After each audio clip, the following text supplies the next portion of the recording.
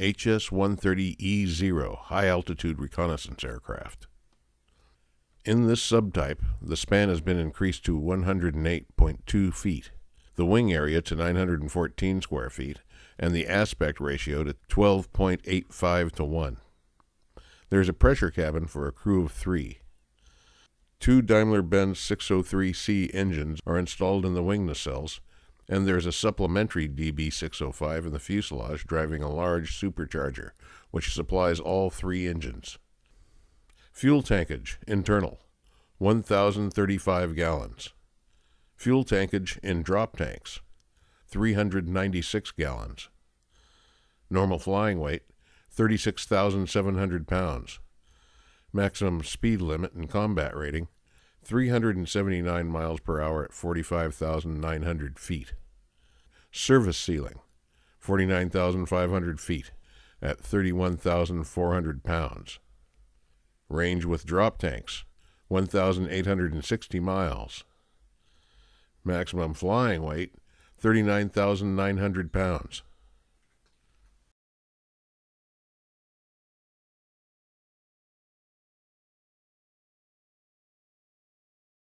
Henschel HS-130E high-altitude bomber. The bomber version of the HS-130E is generally similar to the reconnaissance aircraft, but the normal flying weight has been increased to 39,600 pounds. The maximum range with 1,000 kilogram bomb load is 1,400 miles at 47,500 feet.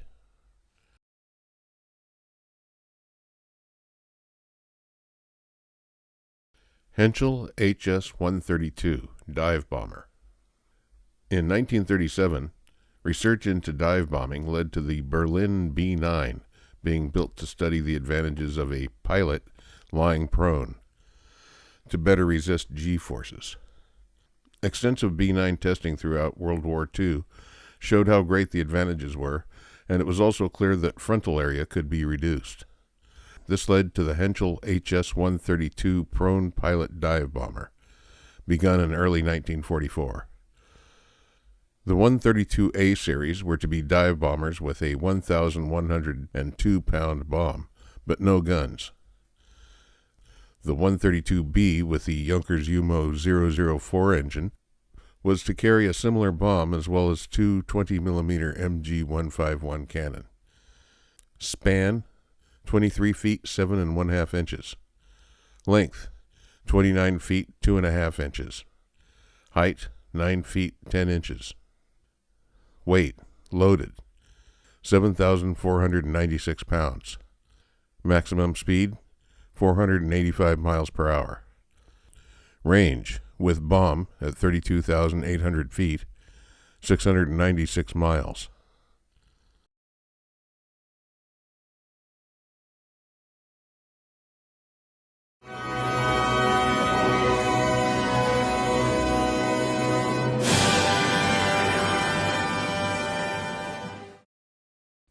Horten HO-9. In 1943, Hermann Göring issued a request for design proposals to produce a bomber that was capable of carrying a 1,000 kilogram, that's 2,200 pound, load over 1,000 kilometers, 620 miles, at 1,000 kilometers per hour, 620 miles per hour, the so-called 3-1000 project. The Horten brothers concluded that the low-drag flying wing design could meet all of the goals. By reducing the drag, cruise power could be lowered to the point where the range requirement could be met. They put forward their private project, the HO-9, as the basis for the bomber. The Reichsluftwaffe Ministerium approved the Horten proposal, but ordered the addition of 2 30mm cannons, as they felt the aircraft would also be useful as a fighter, due to its estimated top speed being significantly higher than that of any Allied aircraft. The HO-9 was of mixed construction.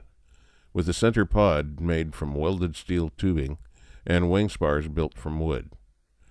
The wings were made from two thin, carbon-impregnated plywood panels glued together with a charcoal and sawdust mixture.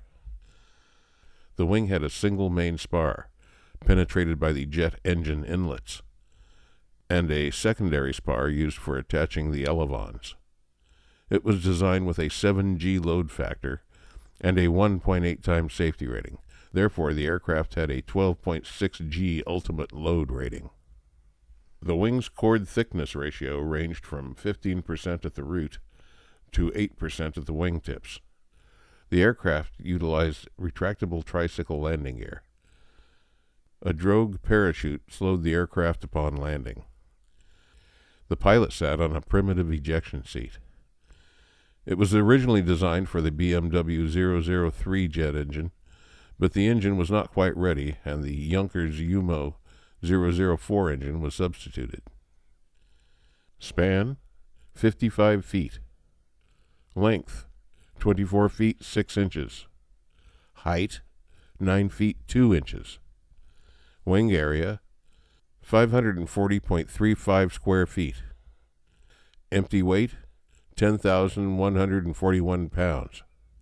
Loaded weight, 15,238 pounds. Maximum takeoff weight, 17,857 pounds. Maximum speed, 607 miles per hour at 39,000 feet. Service ceiling, 52,000 feet. Rate of climb, 4,330 feet per minute. Wing loading, 28.2 pounds per square foot. Armament, 4 30mm Mk-108 cannons.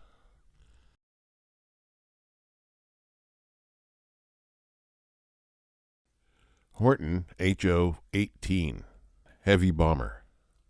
In 1944, the RLM issued a requirement for an aircraft with a range of 11,000 kilometers, 6,835 miles, and a bomb load of 4,000 kilograms, 8,818 pounds. This bomber was to be able to fly from Germany to New York City and back without refueling. 5 of Germany's top aircraft companies had submitted designs, but none of them met the requirements for this America bomber. Their proposals were redesigned and resubmitted at the second competition, but nothing had changed. The Horten brothers were not invited to submit a proposal because it was thought they were only interested in fighter aircraft. After the Hortens learned of these design failures, they went about designing the HO-18A America bomber. The design that the Hortens thought would work best would utilize 6 Junkers UMO 004B turbojets, which were buried in the fuselage and exhausted over the rear of the aircraft. They were fed by air intakes located in the wing's leading edge. To save weight, they thought of using landing gear that could be jettisoned immediately after takeoff, with the additional help of rocket boosters, and landing on some kind of skid. The HO-18A was to be built mainly of wood and held together with a special carbon-based glue. As a result, the huge flying wing would go largely undetected by radar. Span, 131 feet 4 inches. Length unknown. Maximum speed, 559 miles per hour. Hermann Göring told the Horten brothers that they were to work with the Junkers in designing the new airplane. Reimar and Walter Horten met with Junkers engineers, who had also invited some Messerschmitt engineers. Suddenly it seemed that the Hortens' design was to be worked on by committee. Junkers and Messerschmitt engineers were unwilling to go with a design that the Hortens had presented several days earlier. Instead, the committee wanted to place a huge vertical fin and rudder to the rear of the HO-18A.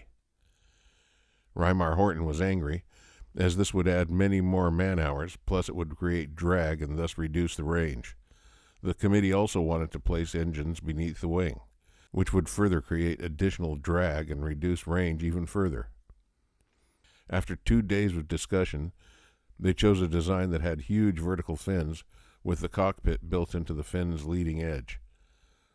6 Junkers UMO 004A jet engines were slung underneath the wing, 3 to a nacelle on each side. The bomb bay would be located between the 2 nacelles, and tricycle landing gear would also be stored in the same area. Reimar was unhappy with the final design, so he went about redesigning the aircraft to be known as the HO-18B. The proposed HO-18B had a 3-man crew, which sat upright in a bubble-type canopy near the apex of the wing. There were 2 fixed main landing gear assemblies and 2 HES-011 turbojets mounted to each side.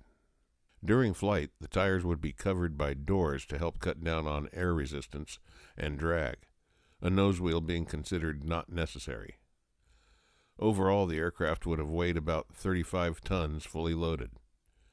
Fuel was to be stored in the wing so that no auxiliary fuel tanks would be required. It was estimated that the HO-18B would have a service ceiling of 52,492 feet and a round-trip endurance of 27 hours. Although armament was considered unnecessary, Reimar Horten proposed that 2 Mk-108 30mm cannon could be mounted directly below the cockpit. The RLM expected the HO-18B to be built by the fall of 1945. Span, 131 feet, 4 inches. Maximum speed, 528 miles per hour.